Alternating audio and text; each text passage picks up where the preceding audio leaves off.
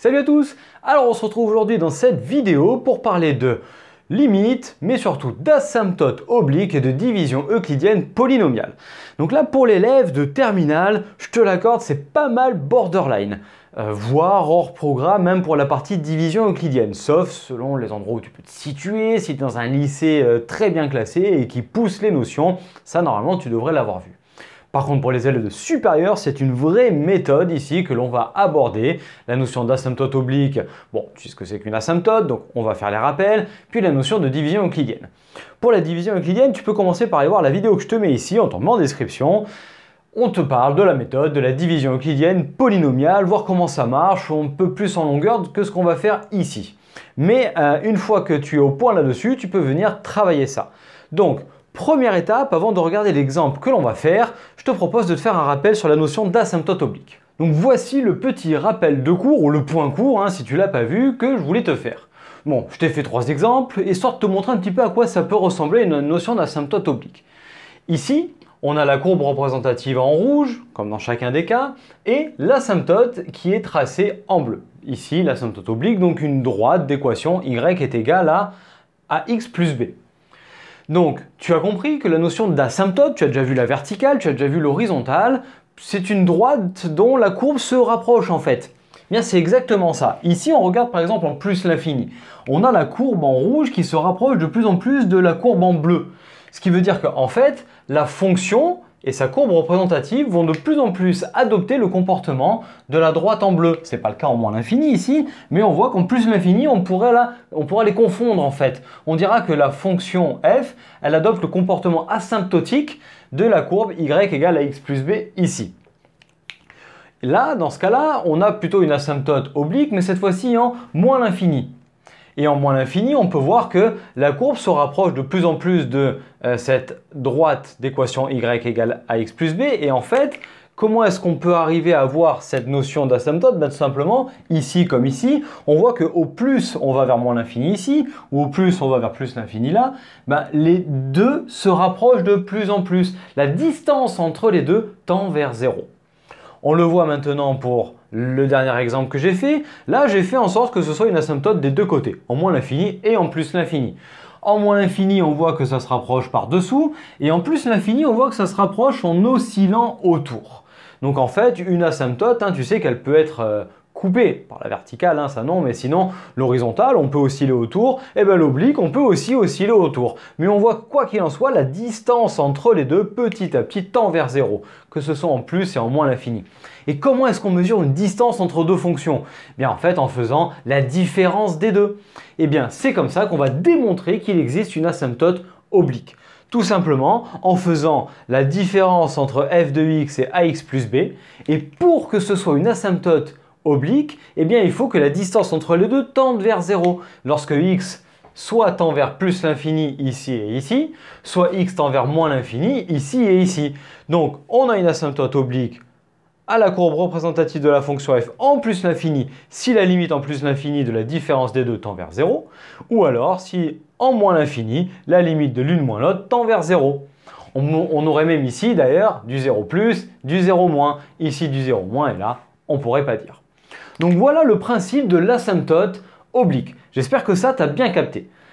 Là l'objectif ici maintenant, c'est d'arriver à déterminer une asymptote oblique et ensuite voir un petit peu à quoi ça sert. Donc par exemple ici, on voit que l'asymptote va me donner aussi la limite, car la fonction va tendre vers moins l'infini parce que la courbe en bleu tend vers moins l'infini.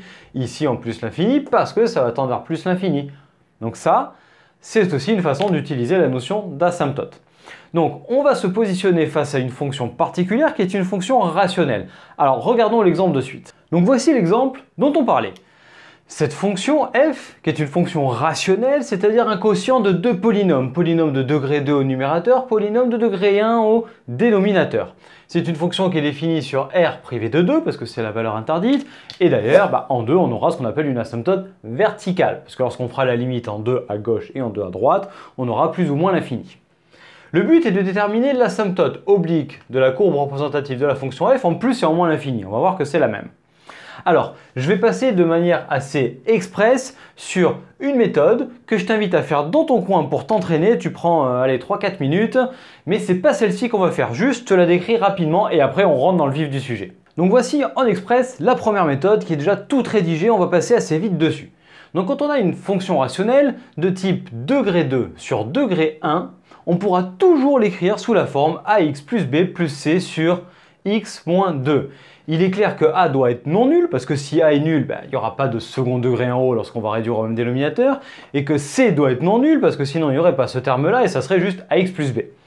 Alors, ici, dis-toi que en lycée, tu as déjà normalement très certainement vu ce genre de questions en seconde, en première, mais en terminale aussi, tu seras guidé. On te dira déterminer a, b et c, tel que f de x est égal à ça.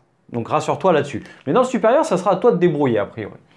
Donc là, pour dire que f de x est égal à ça, c'est-à-dire à ça aussi, il faut réduire au même dénominateur. Donc on réduit au même dénominateur, ça fois ça plus c, divisé par x moins 2.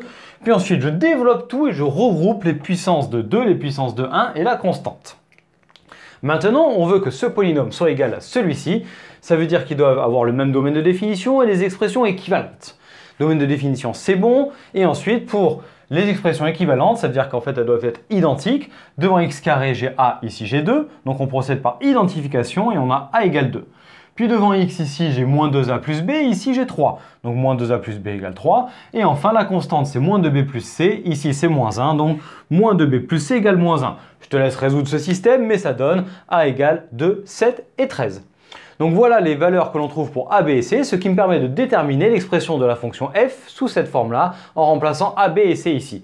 Et tu vas voir, on y reviendra un peu plus en longueur lorsqu'on va faire la vraie méthode de cette vidéo, qui est la division euclidienne, mais la valeur qui est ici, l'expression que tu obtiens là, c'est ça l'asymptote oblique. Parce que lorsque tu vas faire f de x moins ça, il va rester ça, et ça tend vers 0.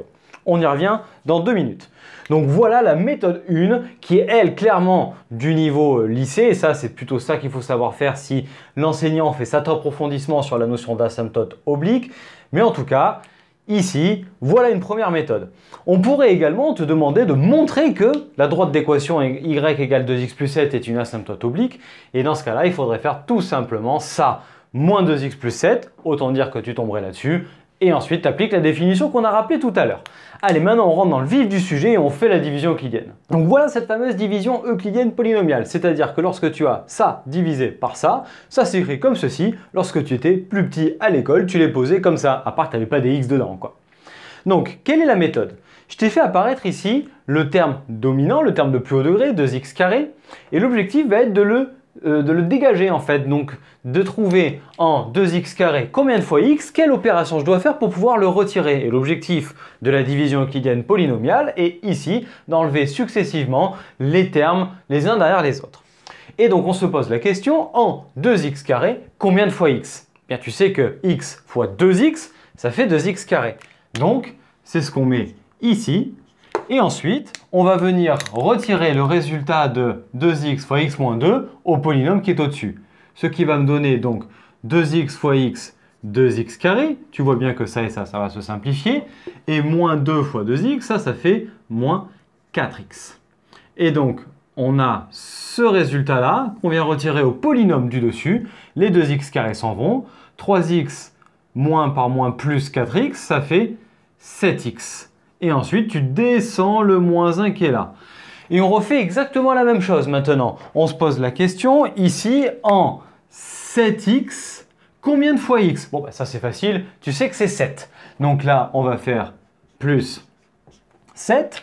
On va maintenant retirer le résultat de ça fois ça à 7x moins 1. Donc, 7 fois x, ça fait 7x, donc moins 7x, et moins 2 fois 7, moins 14. Hop, on tire encore et on fait ça moins ça, ce qui fait 7x moins 7x, ça s'en va, et moins 1 plus 14, ça fait 13. Donc là, on a un reste de notre division euclidienne, ça veut dire que x moins 2 ne divise pas 2x carré plus 3x moins 1. Comment ça s'interprète? Eh bien, ça veut dire que ça, ce polynôme là-haut, est égal à ça fois ça plus ça. On l'écrit. Ce que je viens de te dire à l'oral est donc retranscrit là. 2x carré plus 3x moins 1, donc le polynôme qui est en haut, est égal à x moins 2 fois 2x plus 7 plus le reste. Et bien maintenant, ça va permettre de pouvoir prendre cette fonction et la réécrire sous une forme qui va faire apparaître l'asymptote oblique. Tu vas voir. Donc voilà maintenant dans le détail, l'expression de la fonction f qui me donne f de x est égal à, et je remplace le polynôme du haut par ce qui est écrit ici, c'est-à-dire x moins 2, facteur de 2x plus 7 plus 13 sur x moins 2. On le scinde en deux fractions maintenant, donc c'est vraiment détaillé pour que tu vois bien. Cette fraction-là plus cette fraction-là. Donc x moins 2 facteur de 2x plus 7 sur x moins 2 plus 13 sur x moins 2. Et là tu peux voir que le x moins 2 se simplifie et on tombe là-dessus. Et maintenant que c'est écrit sous cette forme-là, à cet endroit-là, comme on l'a vu tout à l'heure, on fait apparaître l'équation réduite de l'asymptote oblique, puisqu'on a ici quelque chose qui va tendre vers 0. Donc maintenant, il n'y a plus qu'à répondre en gros à la question de l'asymptote oblique en le démontrant et en revenant à la définition, c'est-à-dire en montrant que la différence des deux tend vers 0. Donc maintenant, on retranscrit la définition de l'asymptote oblique, c'est-à-dire limite de f de x moins la droite, en plus l'infini. Mais ça fait la même chose en moins l'infini, limite de f de x moins 2x plus 7, puisque tu vois que ça revient à enlever ça. Il reste donc 13 sur x moins 2, que ce soit en plus ou en moins l'infini. Et 13 divisé par quelque chose qui tend vers l'infini, ça tend toujours vers 0. 0 plus ou 0 moins en fonction de si on est en plus ou en moins l'infini, mais 0. Donc par quotient des limites, la limite de 13 sur x moins 2, qui est la limite de f de x moins l'asymptote, fait 0. Donc la droite d'équation y égale 2x plus 7 est une asymptote oblique à la courbe représentative de la fonction f en plus et en moins l'infini ou au voisinage de plus et moins l'infini. Donc voilà comment on peut utiliser la méthode de la division euclidienne qu'on a vue ici pour déterminer une asymptote oblique même lorsque celle-ci n'était pas donnée ou lorsqu'on avait une expression comme on a vu dans la méthode 1. Là, on a été livré à nous-mêmes et on s'est débrouillé et on a fait la division de ça par ça et on a trouvé notre asymptote oblique. Et bien voilà, j'espère que tu as bien compris comment est-ce qu'on a mis en application cette méthode-là et que si tu es au lycée, déjà la méthode 1, indispensable à bien maîtriser et que la méthode 2, tu commences à te familiariser avec. Celui de supérieur doit faire ça parfaitement, ça doit lui paraître plutôt même limpide. Eh bien, je te remercie d'avoir suivi cette vidéo jusqu'au bout et j'espère qu'elle t'a plu. Si tel est le cas, merci de lâcher le petit pouce bleu vers le haut, ça fera toujours plaisir et à venir activer la cloche pour t'abonner à la chaîne et avoir les notifs des prochaines vidéos. Puis on te remercie également d'avance pour nous mettre un petit commentaire pour nous dire ce que tu en as pensé et nous partager auprès de tes amis. Puis on t'invite à venir nous rejoindre sur notre site internet sur lequel on partage pas mal de choses et également tu y trouveras des abonnements pour pouvoir t'aider dans ton travail au lycée. Puis on t'invite à nous retrouver sur nos réseaux sociaux, sur Facebook et Instagram. Et d'ici à la prochaine vidéo, retrouve-nous dans d'autres vidéos et je te dis à très bientôt. Allez, tchuss!